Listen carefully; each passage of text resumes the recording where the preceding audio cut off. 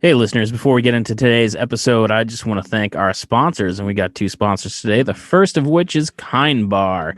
Kind is deeply committed to crafting food with real, recognizable ingredients, a disruptive notion that sparked the creation of a new, healthy snacking category. Kind is unapologetic in their efforts to challenge the status quo, to shift the food industry, and empower the community and our listeners to make better, informed choices about health. Kindness can be a transformative force for good, and that is why we are teaming up with Kind to bring our listeners 10% or 15% off for military, teachers, students, first responders, doctors, and nurses. Go to podgo.co/kind. That's podgo.co/kind. Kind Bar, creating a kinder and healthier world, one act, one snack at a time. Our second sponsor for today is returning sponsor Pretentious Pickle. The Pretentious Pickle Company is located here in Plymouth, Massachusetts at 190 Water Street, and they have a wide variety of pickled items, everything from pickled cucumbers to mushrooms, Brussels sprouts, asparagus, carrots, beets, anything that you can pickle, they pickle. And it's a delicious snack, and if you're in a pickle for what to get your significant other for Valentine's Day, just go to Pretentious Pickle and they can sort that out for you. You can, again, find them at 190 Water Street here in Plymouth, or find them on the web at pretentiouspickle.com. And now let's get into our show.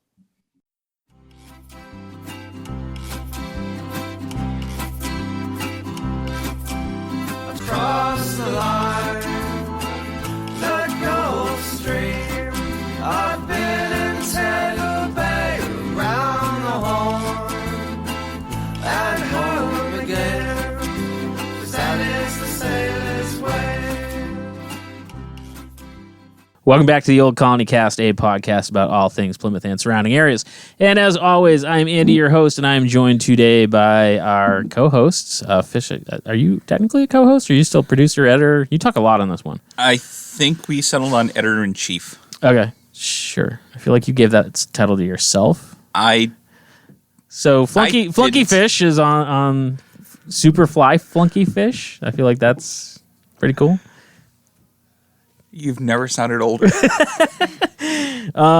And of course, as always, Hanna. Hello. Yeah, sorry. That's I okay. almost talked over you. That's rude. Yeah, whatever. Yeah, whatever. It's fine. So Hanna, what are we going to talk about today? We're going to talk about the Boston Vigilance Committee. Have you ever heard of it? I have not. Is Batman on the Boston Vigilance Committee? No. I feel like Batman should be on the Boston Vigilance Committee, or am I going to regret saying that? I mean... Let's assume yes. Yeah. I feel like as soon as I said it, I'm like, it's probably not a good thing for Batman to be on. No, it would be a good thing for him to be on. Oh, okay. Yeah. That's the right side of history, Batman. Batman's... Oh, okay, well, I feel like we need to explain more, because I don't know what that is, and I threw that out there, and I was unsure. Because, you know why you don't know what it is? Because I offered the idea of talking about slave catchers in Boston. Yes. Right? These are the opposite of that. Oh, okay. So So we had kind of talked about that when you're like the Boston Vigilance Committee. I thought it was going to be like a group of old white men being vigilant. Oh, okay. Isn't that just the DC heroes anyway? They're not all old, are they? Whatever. Pretty much, yeah. I mean, They're more and more inclusive now. yeah, they're better than they were back when, I believe the Flash is now trans. Am I remembering that correctly? I do not know. All right. Wait, which Flash? I don't know. I thought I read that. There are so... See, this is the problem Anyways. with comics. This is a history podcast and not a comics podcast. Okay, I digress. So bear with me because my notes went especially Charlie Day on this one. Charlie Day. Always Sunny in Philadelphia? Yeah. Oh, I've never watched that. Hey, Okay, you remember the... Sorry. there's a famous meme though. Yeah. Yeah. Yeah. Oh, with the conspiracy board, theorists. like one of those boards with all the string. Yeah. Okay, all right. I got Look, you. for those of you who can't watch, Hannah's notebook is festooned with red yarn. I like that vocabulary. Thank you. And for those of you like me, we will put the definition of festoon in the show notes. It means there's a lot. All right. So it really starts with I mean, if you really come down to it, it starts with the Constitution. Okay. Our story Well, begins. sure. I mean, that's It all where- does, but this does Yeah. specifically because the Constitution did a bad or a good job, depending on where you were in that, at tactfully leaving out slavery as part of what it entailed. tactfully left out a lot of things. It tactfully let but we're talking about that specifically Okay, today. all right. So, and it left it up to the states to figure out what they wanted to do with that. So, Correct. in Massachusetts, what became a free state pretty early on in the history of the country. So, go Massachusetts. Hooray for us. Exactly. But beyond that, we had not just North and South, they were free and slave states, right? Mm-hmm. And with so many, it was really 50-50 for a while of what were free and what were slave states. And the slave states started to grow in power politically and otherwise, economically. And they lobbied to have more regulations for slaves that were escaping Yes. the South, right? Wh- So which has always been one of my arguments when people be like, it's not about slavery, it's about states' rights. But they only mean the southern states, not the northern Right. states, who Yeah. are like, oh, we have these laws saying you can't take these people back. right. So the first Fugitive Slave Act was passed in 1793. Okay. And this gave owners the right to attain their escaped slave, whether no matter where they were caught in the North or South. So that's not a win. Yeah. So Okay. so as long as they had the paperwork for them or whatever. Not a win for us. No, that's just something that happened. Okay. That's a fact in history. I'm just being clear. Did it come off as a win? No. Okay. Well, when you read it at first, so they passed this, slave... The Fugitive the Slave Fugitive Act. Slave Act. I'm like, oh, this is probably going to be a good thing. And I'm like, nope, No, it wasn't. No, Nope, opposite. Not good. So it also made it so any child born of an escaped slave was Mm-hmm. also still considered the property of the slave owner. Okay. So if the child, like, So it's like super bad. yeah, it was, Yeah. pretty not great at all. Excuse me as I shuffle around. So on June 4th, 1841, there was a call to action in Boston because of how just crazy and rampant like slave catching had become. There's people trying to escape to freedom in what had now been a free state for a good while. So was this basically like a profession? Like there were people Yeah. that was their job, was Yep. like, I go north and catch slaves. Mm-hmm. So like the 1800s version of Dog the Bounty Hunter? Yeah, and I guess so. In that there's a few different things in there with the South versus the North and their differences and opinions. But obviously, since free states have been a thing, abolitionists have been a thing. So Yeah. it was the abolitionists who took the stand on how are we going to fix this problem with slave catchers coming into the North to collect what people who were considered property then. Yeah. So Charles Turner Torrey, he's from Scituate. He's a Good guy, bad guy. good guy, Okay. really good guy. He's been an abolitionist. His parents were really like educated abolitionists. He was white, but he spent and dedicated his entire adult life to the abolitionist movement. And he was like, hey, we got to do something about this. So the first meeting was held in Marble Chapel on Washington Street in Boston. So it's like pretty close to Boston Common. Yeah. And it was a very diverse, large group of people. There's people of all religions. Some were black, some were white, a pretty mixed crowd. And it was really just people who were like, yeah, the slavery stuff's got to go, and we don't appreciate having anyone coming in here and just bullying us into doing things. Yeah. So the group was originally led by Francis Jackson, Charles Torrey, Joseph Southwick, and they were just popular abolitionists from the time. Not popular, like historically popular, known. Yeah. Well known. Well known. And They were getting all the likes. Yes, they were. And they contracted like the constitution of what would be called the Boston Vigilance Committee. Okay. And their objective, or what the first statement they put out, was the object of this association shall be to secure persons of color the enjoyment of their legal rights. To secure this object, it will employ every legal, peaceful, and Christian method, and none other. So, Did they have capes? I mean, like back in that day, yeah, right? Yeah. People- I Oh, suppose, yeah, it was yeah. cold. Yeah. Of course. Utility belts? I mean, Probably. I mean, in my head, they're all Batman now. at the time, I'm pretty sure there were a lot of pouches. Okay. Right. All right. I'm down. Okay. So this group would go on to free hundreds of slaves, and they acted as this statement claims they did, but they did a lot of other things. Like they... No, did they, and I don't know if this is jumping ahead. Now, did they actively go into slave states and free slaves, or did they just help slaves who had made it to free states kind of to maintain their freedom? Yes, correct. Second. The second one. Okay. The second one. Yeah.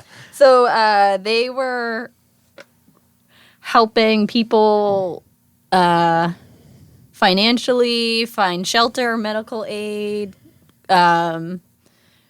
If there were issues of someone getting caught, I mean, they were connected to the Underground Railroad, so they were helping people escape Yeah. to go further north into Canada, because as long as they were still in the United States, They were still under that free Fugitive Slave Act. yeah. So, and then some people like did end up hanging out and get caught, and Yeah. we'll talk about how they helped them out.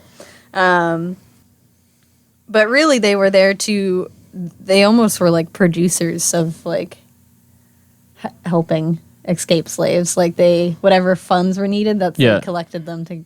So they collected funds and kind of like did the I don't want to say paperwork, like the scheduling. Yeah, and the, yeah, You know, and like they had a lot of like wealthy members Yeah. who helped, and then people helped in other ways too, who maybe couldn't provide as much like that. They were logistics. Logistics, exactly. So, and they were the ones who put up the signs and warned people of slave catchers being in the area. Have you seen the sign before? No, I haven't. It's like pretty famous. So, let me just make sure I didn't miss anything.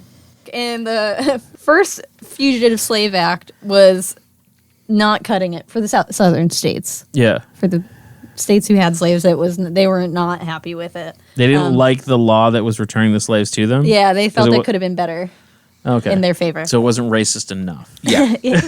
Yeah, seriously. So, Congress passed the second Fugitive Slave Act Okay. in September 18th, 1850. And it was a part of the 1850 Compromise. You know about that? Is that the one involving Reconstruction and returning some of the Southern people to, not in power, like, kind of returning some of them in power kind of at the end of the... It had like 5 major points. One of the bigger things... Because I'm either super right or like Yeah, totally yeah. wrong. No, you're Am I? you're not like super wrong, and you're not super right either. But I'll take that though. I'll take a C. the 2 bigger things from there that were the heightened like disagreements at the time. Slavery, yes, was obviously one of the disagreements, but between Oh, it wouldn't be Reconstruction because that's post Civil War. yeah, well, part of that is what's going on with the territories that aren't states yet. Yeah. Right? And South was really, really pulling for, like, we should be allowed to have slavery out there. And they Yeah. were like, no, like, you guys got it. You're the only ones allowed. Oh, so they were basically arguing over the new territories, Yep. whether they should be slavery So or not. that So they was- made a compromise. Yes. And because they weren't going to be allowed to Yeah. have slavery continuing on into new territories. So instead of giving them slavery, they gave them a better let's recover slave Yes. law. Yep. That's at least 2 parts of it. The parts that we're going to focus on. So, So I'd give myself like a D- on that. I was pretty far off. it's I think.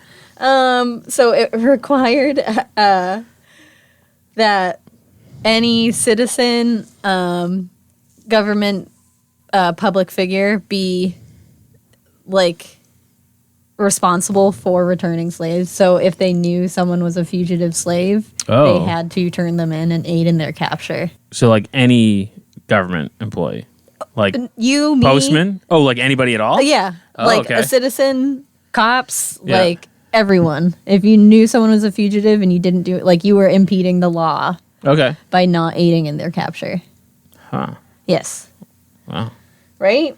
And then obviously they would have to get returned to whoever was claiming that they owned that person. And a lot of people hated the bill. They called it the Bloodhound Bill. Mm-hmm. Because actual dogs were used To hunt down black people. Yes. Yeah. Or people of color, I should say. Yeah. And that was just another increase to the upset that was like they were just being pushed into doing something. They already didn't like that slave catchers were coming in Yeah. and like harassing people. Now they're being told they have to Help them. Yeah. Yeah. So a lot of people did as much as they could to deter and not do that and Yeah. like not abide by the laws. I'm sure some people did, Right. but most people were like, this is not cool. So would it be more like he went left when he really went right, or just be like, He went that way, and then he's like behind you. Yeah. There's some of that, and some people like were like assaulting slave catchers. wow. Yeah. Fine with that. Yeah. I mean, I'm okay with it. I'm surprised, but I'm okay with it. So obviously that was just a lot was going on. And after the second Fugitive Slave Act was passed, there were some states, municipalities, jurisdictions that passed personal liberties laws. So people who were imprisoned and thought to be a fugitive slave could fight that in court. Mm-hmm. And not every state had that. Like Massachusetts was one of like 5, I think, that had it. Yeah. So they could actually go into court and fight for their freedom and say like, no, I'm not. I'm not a slave. Yeah. Yeah. That's that Whoever. guy over there. So that was cool because that was another way that the Vigilance Committee could step in and help because they were giving them. They were providing them with legal support. Oh, okay. And So they could get them attorneys Yep, and whatnot. Okay. exactly. Okay. So that was pretty cool. Which leads, so that sign that I was telling you about Yes. that I didn't tell you about, but now I'm going to tell you about. You asked me if I knew about it. Yeah, so that was released again in a way to help them deter people from getting caught or help people not get caught. It was on April 24th, 1851. Really, I don't know. I don't want to say cool sign, but I'm like, it's eye-catching for sure. So it's Yeah. caution, colored people of Boston, one and all. You are hereby respectfully cautioned and advised to avoid conversing with watchmen and police officers of Boston. For since the recent order of the mayor and aldermen, they are empowered to act as kidnappers and slave catchers, and they have already been actually employed in kidnapping and catching and keeping slaves. Therefore, if you value your liberty and the welfare of the fugitives among you, shun them away in every possible manner. Wow. As so many hounds on the track of the most unfortunate of your race, keep a sharp lookout for kidnappers and have a top eye. Yeah, I just actually Googled that. Yeah, there you go. Yeah, that's a crazy sign. It is. What were, and again, I apologize if I'm jumping ahead in your notes here, but what were the watchmen and police officers of Boston's response to this? Were they kind of like, yeah, watch out for us? like, Yeah, I mean, like I don't want to have to rat on you, but it's my job. I think it's as divided as certain things police officers today might be asked to do. Mm-hmm. Because they definitely were assisting in that. That was their job. Yeah. So they had to. Watchmen were more of a, what's it called? Like the neighborhood watch? I was going to say comic book, but Yeah. Man, this episode is very heavy comics. Yeah. Yeah, so like a neighborhood watch, like an organization. Yes. Yeah. So they neighborhood watches. I've heard this before, where kind of increased to or started because of escaped slaves. Like down south, they created like watchman groups to. Shut up, really? Yeah. Oh, that's terrible to think. Like that's why the neighborhood watch is a thing. I swear to God, I thought I read that that's where like police departments came from too. So. Yes. Yeah. That's also been a thing. It's been said, I think. Which You always could- seemed off to me because Yeah. everywhere There had to be some sort of law. there's always been a enforcement. town No, like there's- everyone's had a town watch. Yes. Like Yeah. even way before places were mainlining slaves, you always had people whose job it was to keep the peace. order. Yeah. Correct. Yeah. So, and just thinking that Massachusetts has been a free state for so long, that there was some need for police aside from making sure slaves didn't escape, Right. right? So, Boston, first town in the country to have a police car. yes, Yeah. I remember that. So, I mean, there's something you should know. That note mentions the mayor and policemen, and the Boston police at that time were very, like, corrupt Yeah. and disorganized and awful. There was always a lot of like bad. Which is the best kind of corrupt. I was Yeah. gonna say, do you think it's that? Like, do you think it was that it was the Boston police, or do you think it was like the police of that time?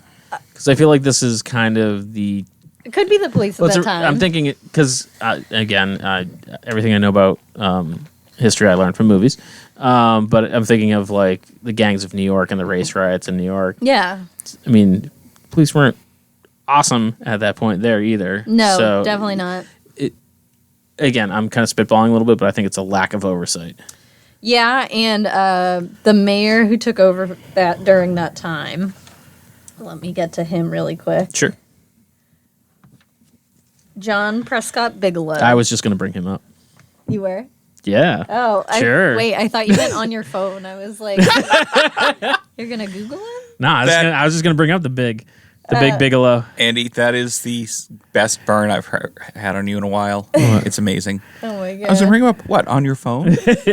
So he was the mayor of Boston from 1849 to 1851. So right at the height of these tensions, all of the changes in laws with slave catching, that kind of stuff, and he's also taking over a poorly run police department.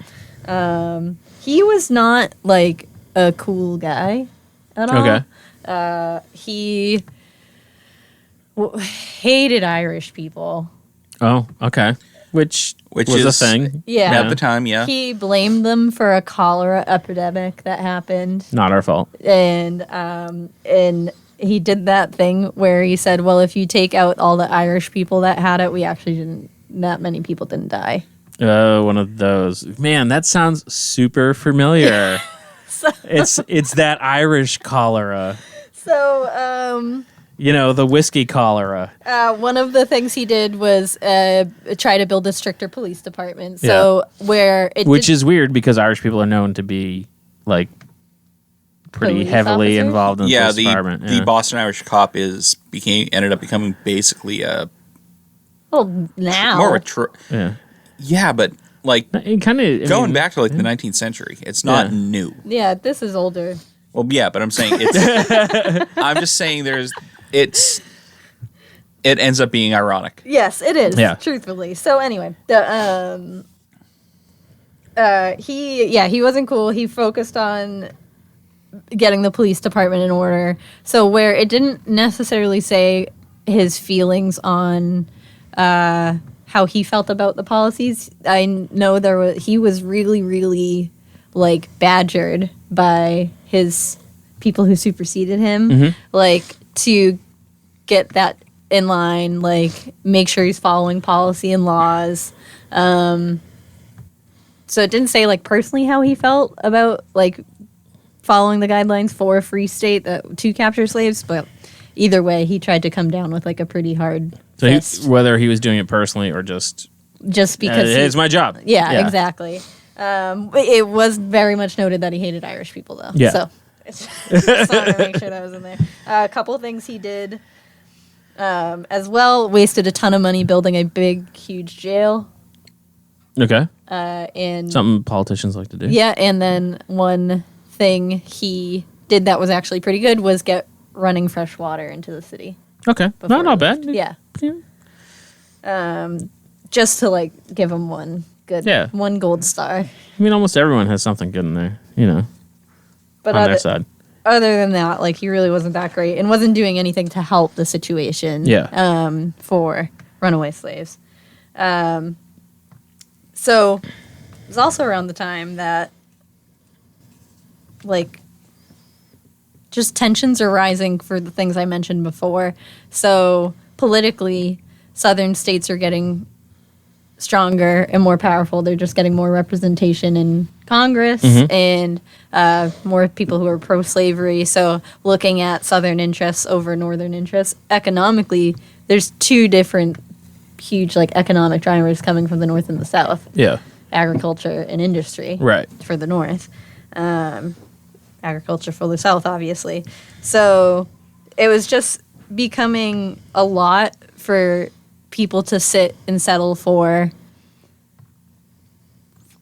like cohesive unity, which is where you can see where this is going. I'm like, this is so like.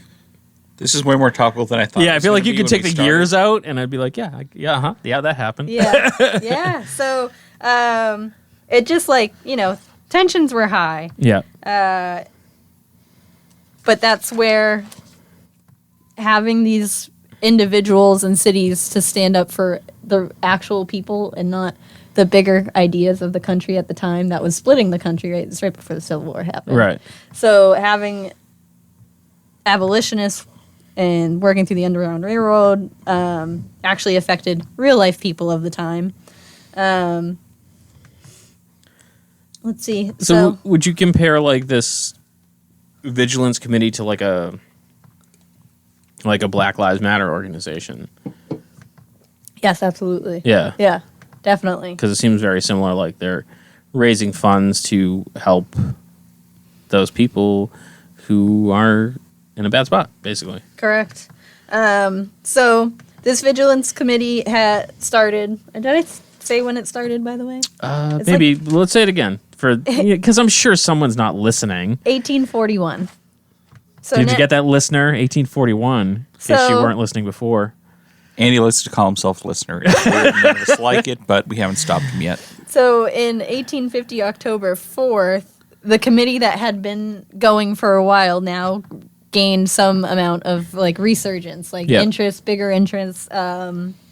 Frederick Douglass Yep. spoke at Faneuil Hall to try to gain any support they could. An even larger crowd. It was the largest crowd in that point in time to gather at Faneuil Hall Oh, for wow, anything. okay. So the thing I had said it was like the largest group to ever have been there. I was like, not like now though. Yeah, Like I can't imagine. More people are there on like a Saturday. Thursday. Like when the really good street performers are there. Yeah. Yeah, exactly. I was like, this is probably Just population wise, yeah. You're right, exactly. And it grew the committee from not. It was cool. It was doing good, but it was pretty low level, and now it was like a really higher level operation. Mm-hmm. And this is where people in the committee where before they were saying they would like follow any Christian like model for approaching things. Mm-hmm. People in the committee were now like taking physical action to stop things. Oh, okay. Yeah. Like resorting to fisticuffs? Yeah, definitely. If needed. They've gone Old Testament. Yeah. Nice. Huzzah. Not everyone, but definitely some people. And it was for most people who were indifferent about slavery, most of them were now mad that, again, like they were being told what to do. Yeah. And People don't like that. no, but they were also, a lot of people were worried about slave power, quote unquote slave power, which is what free states claimed southern states had. Oh, okay. I see. So kind of like we can't compete with them because we actually have to pay our employees, that kind of thing. I mean, pretty much. Yeah, that was the bigger idea. Like it's easier for them to run a business because they don't have to pay people. Yeah. So they. You don't have to correct me, right? I'm agreeing with you. So the people. Yeah, but you wanted to correct me. I can see. I always want to. The people who weren't yet taking sides were now taking sides. If not because they were definitely anti-slavery, is because they were definitely hated slave states and in the way they operated. I'm doing air quotes, slave power. Yeah, exactly. I know it's such a, but that's what it's it a was terrible called. word, but Yeah. or phrase, but like it makes sense. That was the term of the time. Yeah. Like that was something that Frederick Douglass expressed. It's just a lot. Nowadays when you hear things like girl power means something totally different. Was weird, right? Yeah. I know it felt weird. So after that, let's see, where are we now? 1849, 1851. Oh, okay. So now we have some people that caused quite a stir in the city, Yeah. right? So they helped people, hundreds and hundreds of people, escape to slavery from one means or another. Some people, it was just showing up in harbor and like getting them out, and then some people who showed up in Boston, like I said, hung out for a little bit. And It's a cool town. It is wicked cool Yeah, town. you know. That I didn't mean to say like wicked cool town. It's wicked piss up. Yeah, but I did just because that's how I talk. So one of the more notable resistances for the group was Shadrach Minkins. So he was an escaped slave from Virginia, and Shadrach's a good name. Yeah, and he was caught in 1851 after he lived in Boston for a year, and he was caught at his job.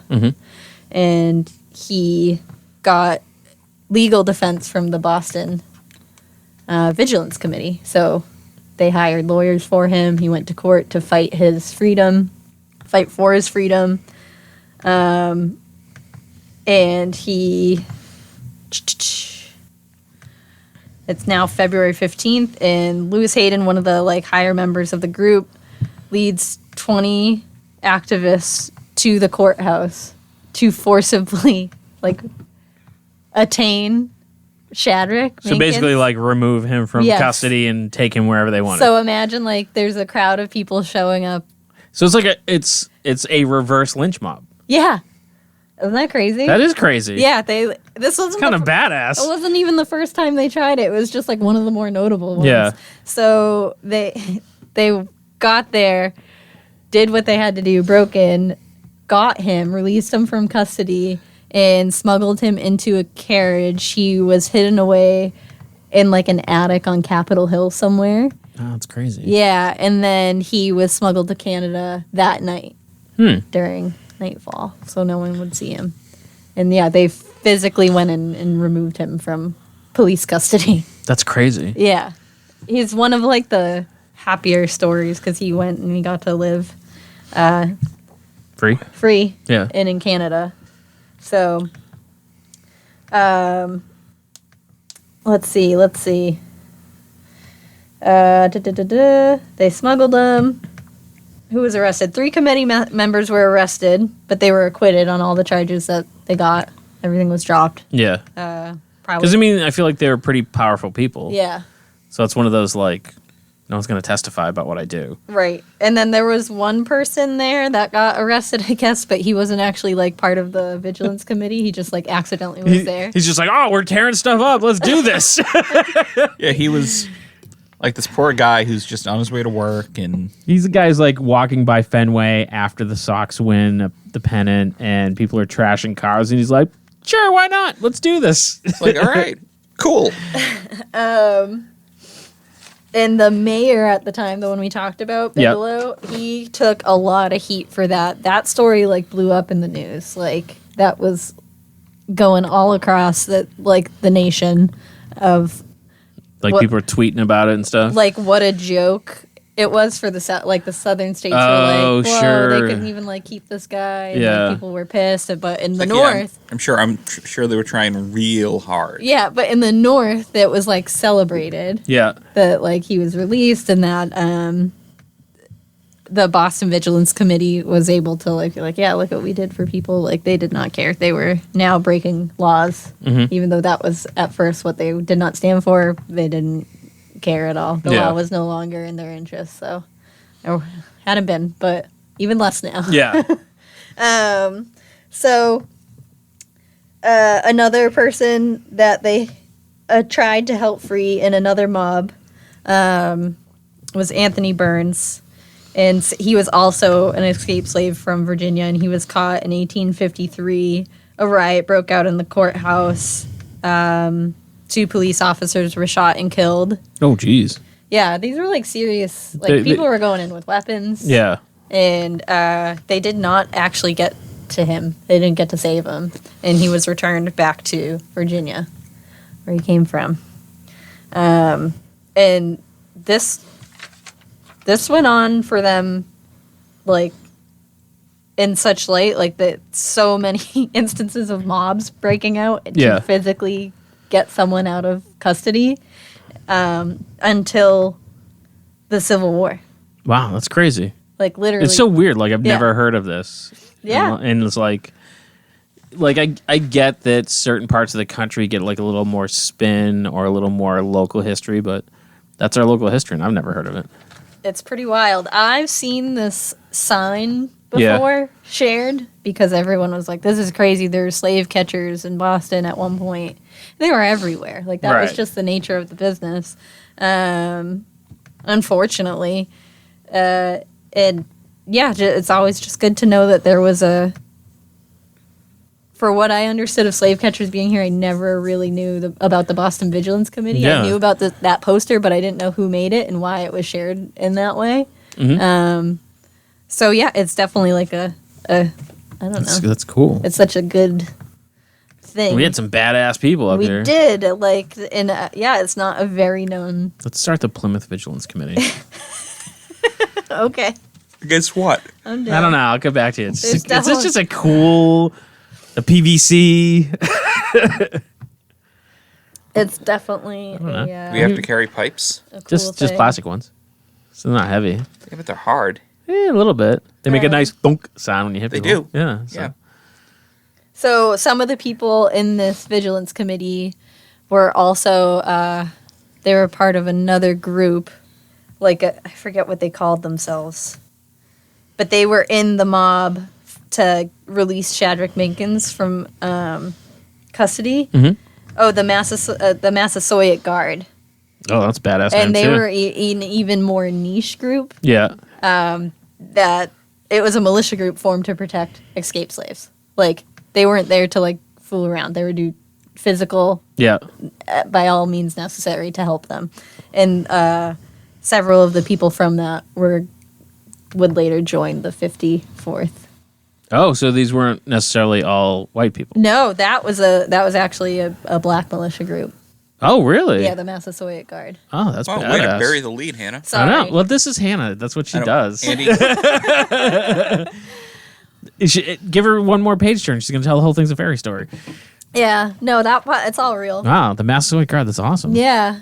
So they were part, and they took part in a bunch of different things in that time. And yeah, several of the members would become part of the 54th Regiment of Massachusetts. That's awesome. Yeah. And I mean, and then it's just the Civil War. And then it's just the Civil War. Yeah. Like one of the bloodiest, most horrible Yeah. wars our country has been involved in. Right. It wasn't about slavery. Yeah, sure it wasn't. Yeah. It's about state right, but not like your state's rights. Mm-hmm. and by states' rights, you mean the right to own people, right? Yeah. Because that was kind of the kicker. It's their stated right to own people. That's what they're worried about. Right. But we didn't really touch on why we were bringing up the specific topic, because Black History Month. Correct. Yeah. So that's kind of why we went in this direction. So I don't want to say Happy Black History Month because that's not really That's a terrible. Happy Black History is not a thing. So I mean, like Hannah's just laughing at me because as I'm tripping over my own words, but like, you don't wish someone a happy Black History Month. No. So don't try to. I wasn't trying to. I was trying to think of like, how do we acknowledge this in an appropriate manner, which I failed completely at, obviously. It's fine. Andy, don't worry about it. I'll do it in the blurb, and then we can just wait till the end of the episode to have you follow your own words. Yeah, trying to say... I just was wanting to acknowledge that's why we were doing this episode. Yeah, because that's it's fine. Black History We're Month, totally and doing a, 2 years into the... It's only been like... Hannah's only been on the show for like a year. Yeah, literally. this is like the time that 2nd February, so yeah. my first episode, I think, was released in February last year. So yeah, happy anniversary. Thank Yeah, you. that's right. Thanks for being on the show for a year Thanks. and tolerating me tripping over my words, trying to be It never gets better. wokish. Yeah. I think the best thing we can do is just acknowledge that our country's history is plagued with really awful things. And really awful people, and the best we can do is acknowledge that happened and do our best to... And bring it to light. Yeah, I mean, Bring yeah, it to acknowledge light, it, yeah. learn from it, and make as sure as we can that these... there's awful people, but then there's also Yeah. the Vigilance Committee, which were Yeah. not awful people. No, They're pretty badass. they were definitely. Oh, do I keep saying that? Sorry. You said badass like 15 times. Well, they are. I know, so yeah, I don't know if I'm just going to say the heck with it and just give it an explicit tag for the week. I don't feel like ass is an explicit word. No, I don't No, think so it's either. really gone now. Yeah. Yeah. I blame kids. I mean, not like You kids blame these days. kids. Oh Kids my from, like- God, you're going to yell at them to get off your lawn now? No, I'm not blaming kids these days. I'm blaming kids from like the late 80s. I don't know. I just don't think it's that bad of a word. Not anymore, no. I don't think it ever was. It's just uniquely American, though. Uniquely an American word or uniquely an American bad word? No, word. Really? Yeah. Bum? They No. were bad bum? That Arse. Arse? Oh, I got it. It's Like- pronunciation, not the word. Yeah, like the same way we say cuss instead of, or people say cuss instead of curse, they drop the R when they came over from England. Oh. Well, The more you know. that was super interesting. Yeah. I guess this is where we stop talking.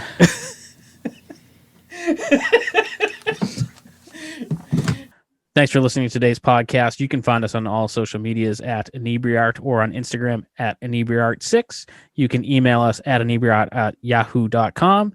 And make sure you listen to the other podcasts on the Inebri-art Podcast Network, including Bar Talk, Old Colony Cast, Retro Redoctopus, America's Hometown Horror Podcast, and our newest one, Theme Park Legends, a podcast about working at theme parks. What else? And we'll catch you again next time.